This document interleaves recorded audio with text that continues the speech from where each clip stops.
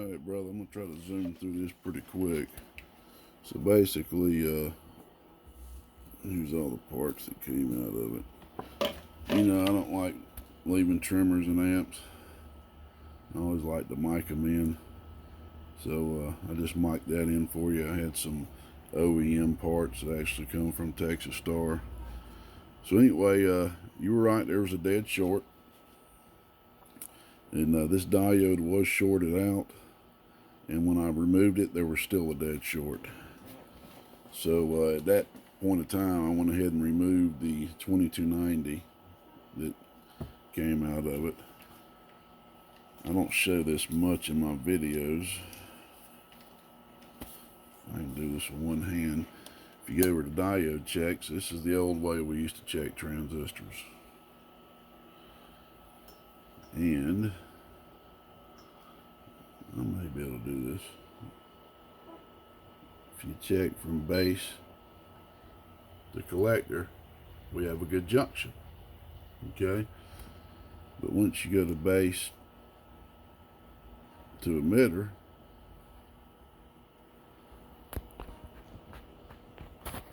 and I cannot wait to get me a dang camera I can put on my head. Base to emitter, we have nothing. So that's why the 10 ohm wasn't blown as well. Most of the time that 10 ohm is going to blow when the whole device blows, or at least blows from base to emitter. I don't think I've ever seen a transistor that was blown from base to emitter and not, excuse me, I don't think I've ever seen a transistor blown base to collector but not base to emitter. So this one, base to collector, was still good, but base to emitter wasn't, so the transistor was unable to get a ground to complete a circuit for amplification.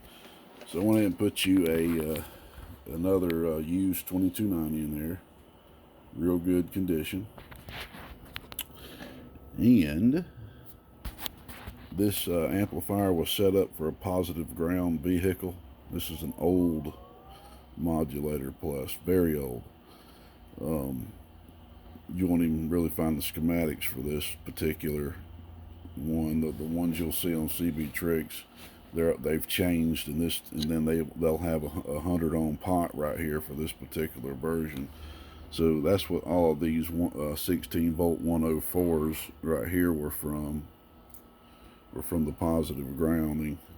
So now the heat sink is part of the ground plane, which these amps work a lot better like that. They also look better on the spectrum analyzer with more of a ground that way. That's what these bars right here are. As you see, we got one down there. Let's see if it'll come up on camera. And then I went ahead and grounded the SO239 down there, which grounds this whole back part right here for the SOs. Alrighty. Let's see here. So anyway, after I removed the transistor, there was still a short. You come to find out the short was up under this output transformer, so I had to remove this whole output transformer. So everything from here, the ground wire and everything was removed. So I had to remove the output transformer, and the traces for the right side of the split of the transformer were shorted over the ground, because you don't get a lot of room right there in front of that transformer. And these two blue 104s I put in myself. They're higher voltage than these little 16 volt deals right here.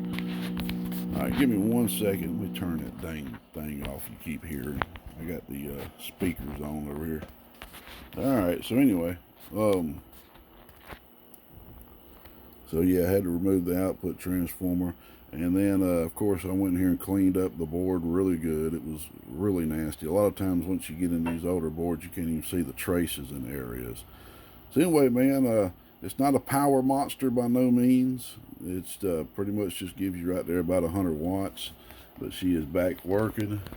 The pass-through tune, like on a lot of Texas Stars, or even having to flow through these switches like they do. are really good. Another thing I went ahead and done while I was working on this, because I just wanted to go ahead and double check everything, check the switches on there. I did like I always do, and went ahead and soldered all these tabs right here, so there never be any issues with them making good contact for the lights. I didn't make this output bar right here thicker like I done on a lot of amps, but you know, this wasn't that type of repair. The guy's a local buddy of mine. He literally lives like 2 miles as the crow flies, as they say. He didn't want me to do a heck of a lot of work to this thing, you know, put my complete heart into it or nothing like that. He just wanted to get it fixed, as far as I understand. But yeah, that is the diagram of a Texas Star switch. I don't know if a lot of people may not understand how these switches are laid out as their actual connections, but basically you have a 4-pole double throw switch. Let me show you something. I think if I remember correctly, I put some really cool switches up the other day. Give me a second here. Where are they? I hope I ain't about to make a fool out of myself. I could have swore I put them up.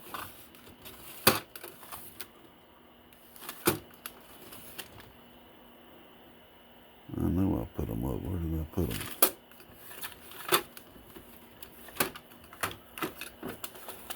Huh. Let me go back over here again.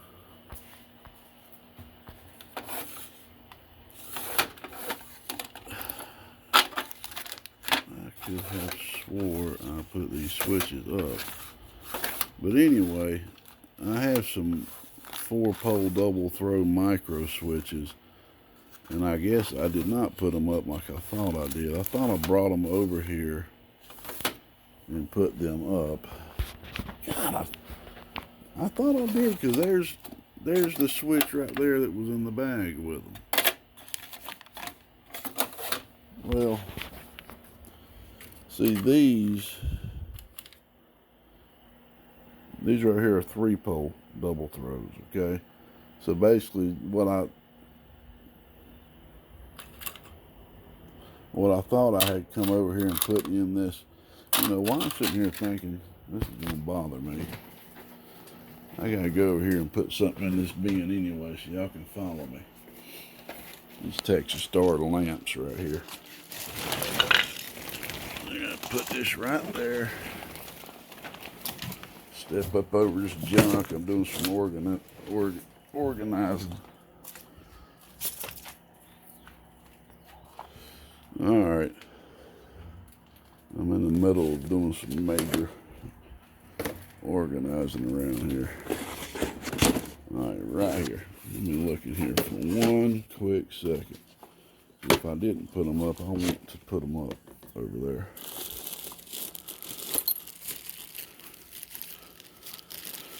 Knowing me, I did put them up. You know, I bought these at the Ham Fest not long ago. And I thought they'd be some really cool on-off switches, real good quality, but they're monetary, meaning they're only on when you turn the key. I was like, dang, that ain't what I was looking for. I should have asked the guy before I bought them.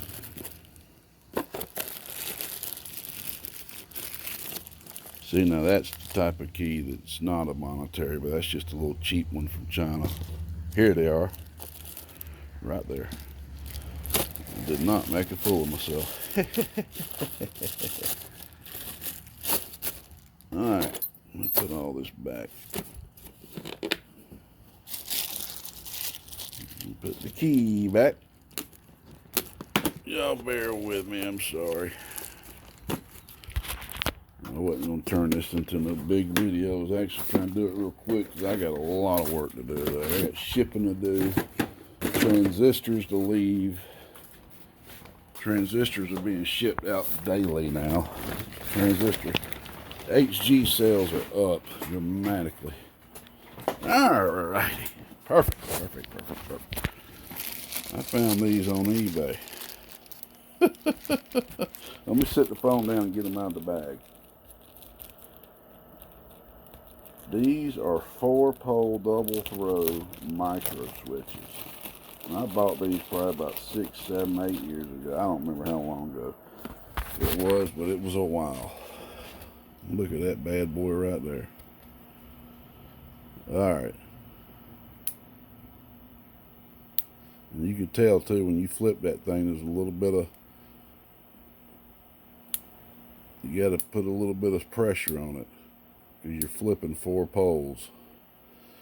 Now, the only reason I pulled this out was when I found these, I thought, you know what, one of these days I want to just build me. You got to think, this is back 8 years ago when I was just getting into everything. I was like, one of these days I want to build a Texas Star Mod V identical, but in my own case. I was sitting there thinking, but to do that, I'm going to have to find some switches that's equivalent to this. Well, here they are. Same exact switches. But see, here's the difference. Now look at this switch as 4 separate switches, okay? 4 separate switches. But they're just controlled with one switch. Alright, now look at it as 2 separate switches. A double pole double throw, a double pole double throw. Now take one of these and sit them on top of the other. That's how these are done. Okay, like I said, take half of these, one of the double pole double throws, move it and sit it on top of the other one, turn it this way, and you have 3 of them. That's how these are done. So with these 2 switches, I would actually need another one if I was going to be doing something like that. But I was thinking of doing a Mod V, so I wouldn't need this 3rd switch right here, a Mod V, Modulator V. So that's why I only got 2 switches. So I would be able to completely use these switches the same way Texas Star. One of these days I may still do it. I would like to. I'm going to put them in the bins over there. So that's how these switches are. I'm going to make me another video and probably just show how to test a Texas Star switch to make sure everything's working properly and all that before you actually do an install. I seen my buddy 3Made's been installing some of these soon. Shout out to 3Made, Early Adams. Go check his channel out. Alright, man. We'll just show you what this thing's doing. Like I said, it's nothing spectacular or nothing. She wasn't working and now she's working. Right there, close to about 100 watts. Oh, right there, dead nuts on 100 watts. RMS, oh, about 30, 40 RMS. When you turn it on low, it doesn't top it down that much, but ooh, about half RMS, about half the power. Ooh, about 75 watts peak. Alright, brother. Well, there she is. I ain't gonna hook up another radio and hit it harder. Ain't no sense in all that. She's working. I was thinking about replacing these wires, man, but I had to calm myself down. You know, sometimes when I get into a repair, I just automatically, I'm in the mode of repairing it like it was my own. But this wasn't that type of repair. He didn't request all that. He just said, you know, get it working. There and there. And I put my new feedback circuit right here, by the way, too, because this one had come undone and everything. Sorry, I see a lot of blurring. But anyway, that's it. Let me get off here before I bore you any longer. Oh, Gatekeeper, another repair down and another one to go. Actually, that one's already done, so we're going to do some builds now. See ya.